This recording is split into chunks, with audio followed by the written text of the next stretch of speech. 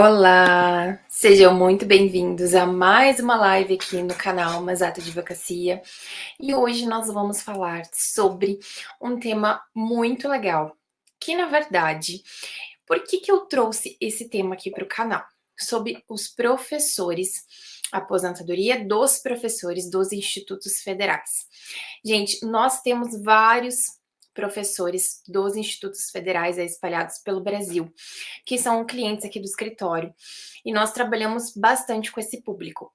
Mas o que me chamou muita atenção foi que quando eu estou pesquisando assuntos para trazer aqui para vocês, para trazer para as lives, eu percebi que a maior busca desse público de professores dos institutos federais era justamente a maior dúvida era justamente o aumento da idade para a aposentadoria.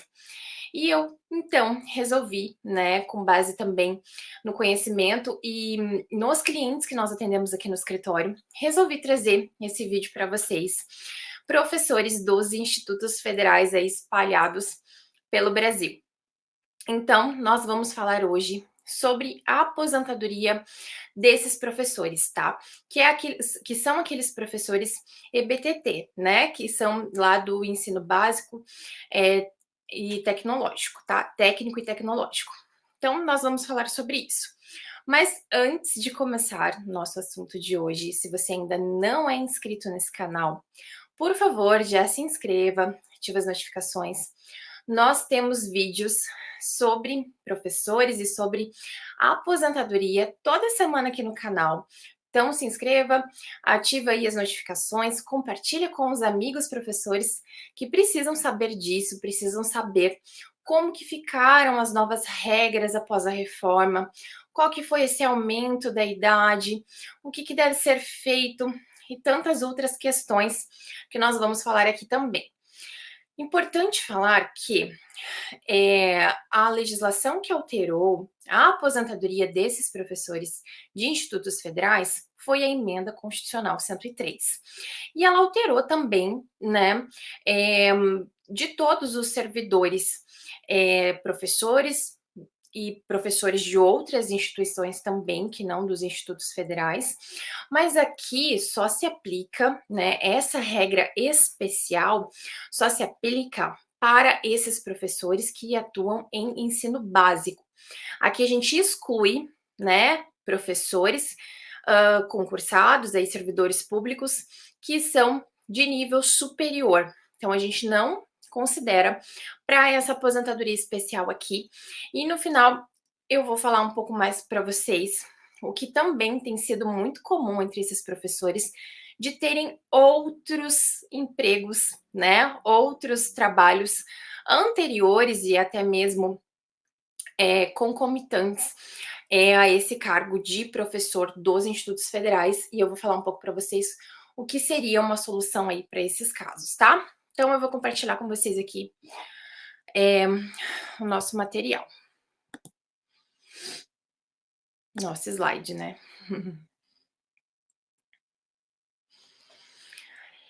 Então, gente, o que eu notei, né? Falando com os professores e até mesmo lendo os comentários do canal e vendo essas pesquisas aí na internet sobre as buscas. O que esses professores querem saber, né? Querem se aposentar sem perdas. Esses professores também muitas vezes vêm até o escritório me informando que as informações que a gente fornece são confusas, que eles não conseguem entender, porque muitas vezes eles não sabem falar qual que vai ser a melhor regra para se aposentar, e isso é bem comum, né? Eles só mostram um relatório lá dizendo, ó, você vai preencher essa regra nessa data. E acabam não fazendo esse detalhamento que é tão importante para o momento da aposentadoria. Esses professores também eles querem saber se existe possibilidade de trazer tempo de serviço público para o INSS ou do INSS para o serviço público para completar uma regra de aposentadoria, ou ainda ter duas aposentadorias, que é muito comum também de acontecer dentro desses professores. Tem muitos professores que eles tiveram uma longa carreira de magistério fora do serviço público ou em outros entes, né, no estado, e depois passaram para o Serviço Federal. E aí eles querem saber o que eles fazem com o tempo anterior, se eles podem utilizar, se seria interessante eles utilizarem, ou se não seria interessante colocar em 2 aposentadorias. Então, tudo isso são dúvidas muito frequentes. E eu não coloquei aqui, porque eu já coloquei no tema, mas uma das principais, né, dentro das minhas buscas é também o aumento da idade e em qual das regras ali seria mais interessante se aposentar para não ter perdas salariais, né? Então, isso são algumas questões que nós vamos falar. Como eu já adiantei para vocês, para quem nós vamos falar aqui? Para os professores, e eu tô falando nesse vídeo especificamente, tem muito vídeo aqui no canal sobre professor, mas nesse eu estou falando especificamente para os professores EBTT. Então, os professores lá do Instituto Federal, que trabalham como professor de ensino básico, técnico e tecnológico, tá? Então, é para esses professores que nós vamos falar nessa live. E como que eram as regras desses professores antes de vir essa alteração legislativa? Por que é interessante a gente e por que é necessário sabermos qual eram as regras? Porque para a gente saber em qual regra de transição esse professor, essa professora se enquadra, nós vamos precisar saber quanto tempo de contribuição esse professor, essa professora tinha até a reforma da Previdência. E ainda, a gente precisa verificar se esse professor não preencheu alguma regra lá do direito adquirido e ele não pode, e também se, né, é interessante se aposentar pelas regras do direito adquirido, tá? Então, por isso a gente precisa saber as regras anteriores à reforma da Previdência também, tá? Então, para os professores homens, era necessário ter 55 anos de idade, 30 anos de contribuição, de 10 a 20 anos de serviço público, dependendo aí, né, do momento em que se entrou no serviço público, 5 anos no cargo. Para as professoras, 50 anos de idade, 25 anos de magistério, 10 a 20 anos no serviço público, 5 anos no cargo. Para as remunerações, nós temos 2 cenários distintos aqui. Nós temos aqueles professores que entraram antes de 2003, que podem, né, poderiam se aposentar com integralidade e paridade, e nós também temos aqueles professores que ingressaram no serviço público após 2003. E aí vai se aposentar, né, dentro dessa regra aqui do direito adquirido, pela média das 80 maiores contribuições, tá? Lembrando que ingresso do serviço público, se você não teve interrupção entre os serviços, então, por exemplo, se você é professor e você já tinha, né, já era concursado em um serviço público anterior, por exemplo, dentro do estado, e você não interrompeu o seu vínculo e passou a ser servidor dentro do Instituto Federal, você consegue considerar a data de ingresso lá do seu primeiro serviço público. Mais importante dizer que não pode ter interrupção entre os cargos. Então, gente, a gente falou um pouquinho ali sobre as regras anteriores à reforma e por que é tão importante saber, né, as regras anteriores, para ver se você se encaixa nessa questão do direito adquirido e ainda para saber quanto tempo, por exemplo, você vai ter que completar de pedágio, porque tudo depende de quanto tempo você tinha de contribuição até a data da reforma, tá? E aí, depois que nós tivemos a reforma da Previdência, como é que ficou, Bruna? Quem não conseguiu se aposentar, o que vai fazer, né? Quem não completou os requisitos? Então, nós passamos a ter basicamente 3 regras, tá? Então, a gente tem a regra permanente e nós temos outras 2 regras de transição, que são a regra, que é a regra por pontos e a regra do pedágio 100%, tá? A regra permanente, ela é a regra para quem entrou após a reforma da Previdência. Então, quem entrou como professor lá no Instituto Federal após a reforma da Previdência vai se aposentar obrigatoriamente por essa regra. Vai ser a única regra de aposentadoria possível para essa pessoa. Agora, quem já estava no serviço público, já era, né, professor, e teve a reforma da Previdência, não conseguiu completar os requisitos, pode se aposentar tanto por essa regra permanente, como também pelas outras duas regras de transição, tá? E aqui é importante destacar que são 3 regras, né? Fora a do direito adquirido, que você ainda pode ter direito de utilizar. Mas é necessário verificar qual a melhor regra para o seu caso. E eu sempre falo isso, a gente consegue identificar, né, qual que é a melhor regra, porque não basta. Ah, essa regra aqui, como eu vou falar para vocês, ela diminui o tempo de contribuição. Então, esses professores conseguem se aposentar por essa regra com 25 anos de contribuição. Então, teve aí, né, até para os homens também, embora teve um aumento da idade, né, que é uma questão que a gente vai ver aqui, mas vai conseguir se aposentar com 25 anos. Então, bom, vou me aposentar nessa regra. Mas o cálculo não é tão simples, tá? Então, a gente tem questões em todas as regras de transição, né? E nessa regra permanente também.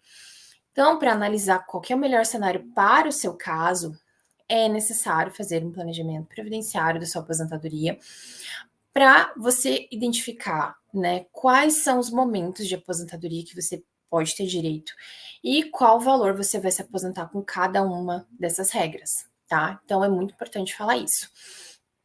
Ah, e aí, o que acontece? Nessa regra permanente, os homens precisam ter 60 anos de idade, as mulheres 57, 25 anos de magistério, tá?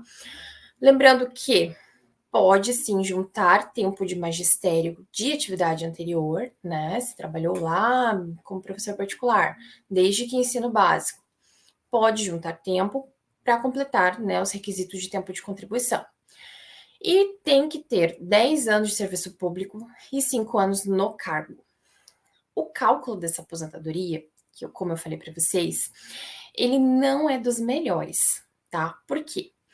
Porque ele leva em conta a média, né, das 100% contribuições e tem um coeficiente que se inicia em 60% mais 2% a cada ano que ultrapassa os 20 anos de contribuição. Então, vamos supor que você se aposente com 25 anos de contribuição. Você vai se aposentar com 70% da sua média. Então, essa regra, ela passa a ser interessante para aquela pessoa que tem muito tempo de contribuição. Então, ela pode se aposentar, né, provavelmente em uma outra regra. Claro, tem aquelas pessoas que não aguentam mais, que não importa o valor do salário, ela vai querer se aposentar o mais breve possível. Mas mesmo assim, ela tem que saber com qual valor ela vai se aposentar, né? Para ela não se arrepender depois. Porque a gente se aposenta, né, uma vez na vida. E a gente não pode, né? A gente sabe que a gente não pode renunciar a uma aposentadoria para depois me arrepender, quero me aposentar numa aposentadoria com outra regra. Então, não é possível. Uma vez que é possível apenas uma única aposentadoria, ou seja, um pedido de aposentadoria na vida, né?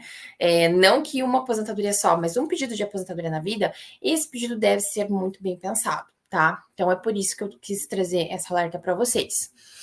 E aí nós temos as regras transitórias, que são aquelas pessoas que já estavam no serviço público, mas que já estavam ali mais ou menos próximos da reforma, e na data da reforma já estavam próximos de conseguirem os requisitos para uma aposentadoria, e veio lá a reforma e alterou tudo, e aumentou a idade, aumentou o tempo de contribuição, e aí todo mundo fica confuso, quando que vai se aposentar, como que são essas regras. Então, aqui é uma das regras de transição aplicáveis aos professores dos institutos federais, tá? Então, eu deixei a própria legislação ali em cima, porque essa regra é um pouco confusa, né? Que é a regra de pontos. Então, lá quando foi legislado, em 2019, precisavam ter, novembro de 2019, 91 pontos se mulher, 81 pontos se homem, aos quais serão acrescidos a partir de janeiro de 2020, um ponto a cada ano até atingir o limite de 92 pontos se mulher e 100 pontos se homem. Tá? Então, essa regra começou lá em novembro de 2019 com 81 pontos para as mulheres, 91 para os homens. Em 2020, passou a 92 pontos para as mulheres, 82 pontos para as mulheres, 92 para os homens. 2021, 93 E 83, 2022, 2023, que é o que nós estamos hoje, que a exigência é de 95 pontos, tá? Então, 95 pontos para os homens, 85 para as mulheres. A pontuação é a soma da idade e o tempo de contribuição. Só que esse tempo de contribuição deve ser no mínimo 30 anos para os homens, 25 anos para as mulheres, tá? E as mulheres precisam ter 52 anos de idade e os homens 57 anos de idade, tá? E aí nós temos a questão de quem ingressou até 2003 pode se aposentar com a última remuneração, se homem, quando alcançar os 60 anos de idade. E as mulheres que ingressaram até 2003 podem se aposentar com a última remuneração, ou seja, com integralidade, paridade, se completarem 57 anos de idade, tá? Além disso, precisa ter 20 anos de serviço público, 5 anos no cargo. Para quem entrou depois de 2003 ou que não complete o requisito da idade ali de 60 e 57 anos, vai se aposentar com aquela mesma continha da regra anterior, tá? 100% da média, com coeficiente de 60%, mais 2% do que ultrapassar 20 anos de contribuição. Então, também a gente não tem ali, né, uma aposentadoria com 100% da média, só se você tiver muito tempo de contribuição para completar 100% da média, tá? E aí, né, a gente tem que analisar também aqui a questão do ingresso, né, que nem eu falei para vocês, se realmente foi até 2003, é possível se aposentar com integralidade e paridade. Gente, o que a gente tem visto também, uma questão que, por incrível que pareça, em alguns casos de algumas pessoas, não é regra geral, tá? Mas tem sim alguns casos que a média tem sido mais interessante do que a última remuneração, tá? Então, se essa pessoa consegue uma média alta, é possível ela se aposentar com um valor mais interessante do que a integralidade e paridade. E por que que isso também é interessante? Porque o reajuste dessa aposentadoria vai ser pelo mesmo reajuste lá dos índices do INSS. E as aposentadorias do INSS, né, via de regra, né, quase que sempre ali, são esses aposentados recebem reajuste anual dos benefícios. Então, janeiro de todo ano tem a reajuste dos benefícios. Enquanto que quem se aposenta com integralidade e paridade, e aqui o que pega principalmente essa questão dos reajustes, precisa ficar aguardando o reajuste da categoria para que tenha reajuste na sua aposentadoria também. Então, pode ser que esse reajuste demore 2, 3, 4, 5, 6 anos. E aí, essa aposentadoria vai ficando defasada, né, ao decorrer do tempo. Mas isso também, né, cálculo de média e análise disso, a gente só consegue fazer também dentro do planejamento previdenciário. E a última regra que nós temos para falar aqui é referente à regra do pedágio de 100%, tá? Essa é a regra que, para quem não tem integralidade e paridade, é uma regra muito interessante, porque é possível se aposentar com 100% da média. E aqui também a gente tem que analisar para ver se 100% da média não é mais interessante do que integralidade e paridade, não é maior muitas vezes, né? Então, isso aqui também a gente precisa analisar dentro de um planejamento. Dentro dessa regra do pedágio de 100%, os homens se aposentam com 55 anos de idade, as mulheres com 52. Os homens precisam ter 30 anos de contribuição, mais pedágio de 100%, e as mulheres 25 anos de contribuição, mais pedágio de 100%. 20 anos no serviço público e 5 no cargo. E o que é esse pedágio? Lembra que eu falei para vocês que a gente precisa analisar quanto tempo de contribuição realmente se tinha até a data da reforma da Previdência? É justamente por isso. Quanto tempo de contribuição você tem lá dentro na data da reforma da Previdência determina qual será o seu pedágio. Então, se faltavam 2 anos para você cumprir o requisito anterior à reforma da Previdência, tá? por exemplo, para as mulheres, 25 anos de contribuição, tá? Se faltavam 2 anos para você se aposentar dentro dessa regra, você vai ter que cumprir os 2 anos que faltavam, mais 2 anos de pedágio. Então, 4 anos, né, trabalhados. E aí, se esse for seu caso, provavelmente você tá, né, aí se aposentando, se já completou a idade, né, ou muito próximo a isso. Então, o pedágio, ele é justamente o tempo que faltava para você se aposentar, né, mais 100% desse tempo. Então, se faltavam 3 anos, né, você tem que somar ali mais 3, 6 anos de pedágio, tá? Além de completar os requisitos mínimos da idade também. E aí a gente tem também o cálculo, né? Aqui, gente, vocês viram que são vários cálculos, né? Para cada regra são 2 cálculos. Então a gente tem o cálculo aqui também da questão, né, do pedágio. Como eu falei para vocês, ajudei para vocês, essa regra se faz interessante porque é 100% da média. A gente não tem aquela questão do coeficiente, a gente não tem aplicação do coeficiente. É somente 100% da média total de contribuição. E aqui, se você tem muito mais tempo também de contribuição, né? Se você ultrapassa o tempo mínimo, você pode utilizar o descarte, né? Das contribuições menores e aumentar a sua média contributiva, tá? Isso também a gente consegue ver, né? Dentro de uma análise mais detalhada do seu caso. E para quem ingressou até 2003, como eu falei anteriormente, pode se aposentar com a última remuneração, tá? Uma coisa que eu queria falar para vocês aqui também é sobre os professores que, né, antes da reforma não, antes de ingressarem nos institutos federais, né, que trabalham, tinham um serviço anterior, seja pelo INSS, tá? Eram lá registrados em carteira como professores particulares, e aqui tem que ser, né, para você trazer o tempo do INSS para cá. Esse serviço, né, esse trabalho anterior precisa ser de professor de ensino básico, não pode ser professor universitário. Professor universitário não entra nessa regra aqui, né? Você consegue se aposentar, por exemplo, numa aposentadoria comum, tá? É possível também. Se você tem muito tempo anterior ao ingresso do serviço público, você não precisa ficar vinculado somente à aposentadoria do professor.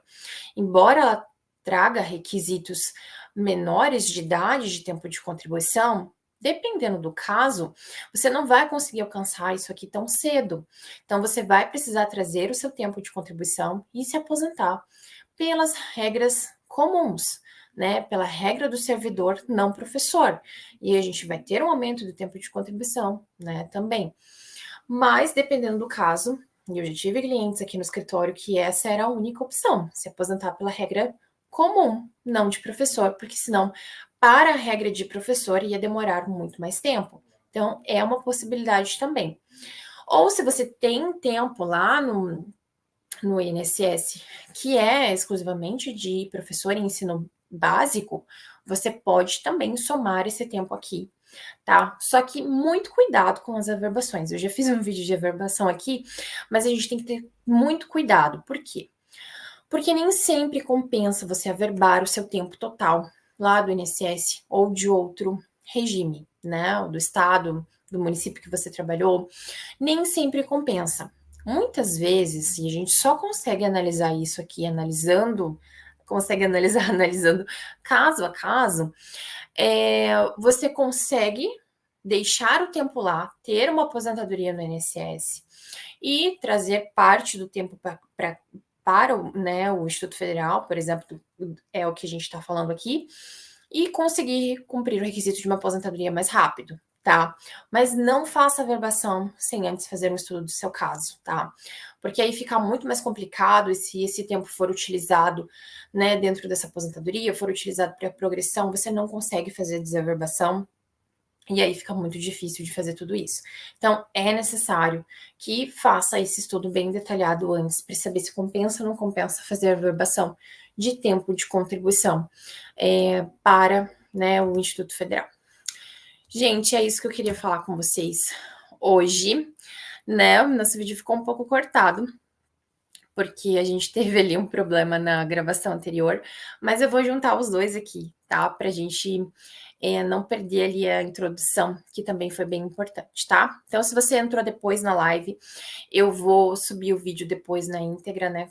Juntando as duas partes ali, que a gente teve um problema na gravação no início, e aí vocês vão conseguir assistir, tá bom? Aqui estão os contatos do escritório, se vocês precisarem falar com o nosso escritório. Então, eu sempre leio os comentários aqui também, né, que vocês deixam abaixo dos vídeos, mas nem sempre é possível responder. Ou quando vocês precisam de uma análise mais detalhada, do caso concreto de vocês, realmente a gente precisa, né, de um atendimento ali pelo escritório. Então, os e-mails estão aqui, tá? Manzato Advocacia, e também o meu WhatsApp, que fica sempre fixado no primeiro link aqui do vídeo, mas o WhatsApp é 41 99811 0582. Tá bom, gente? Eu espero vocês, então, no próximo vídeo aqui no canal na semana que vem, tá? Um abraço e até mais. Tchau, tchau.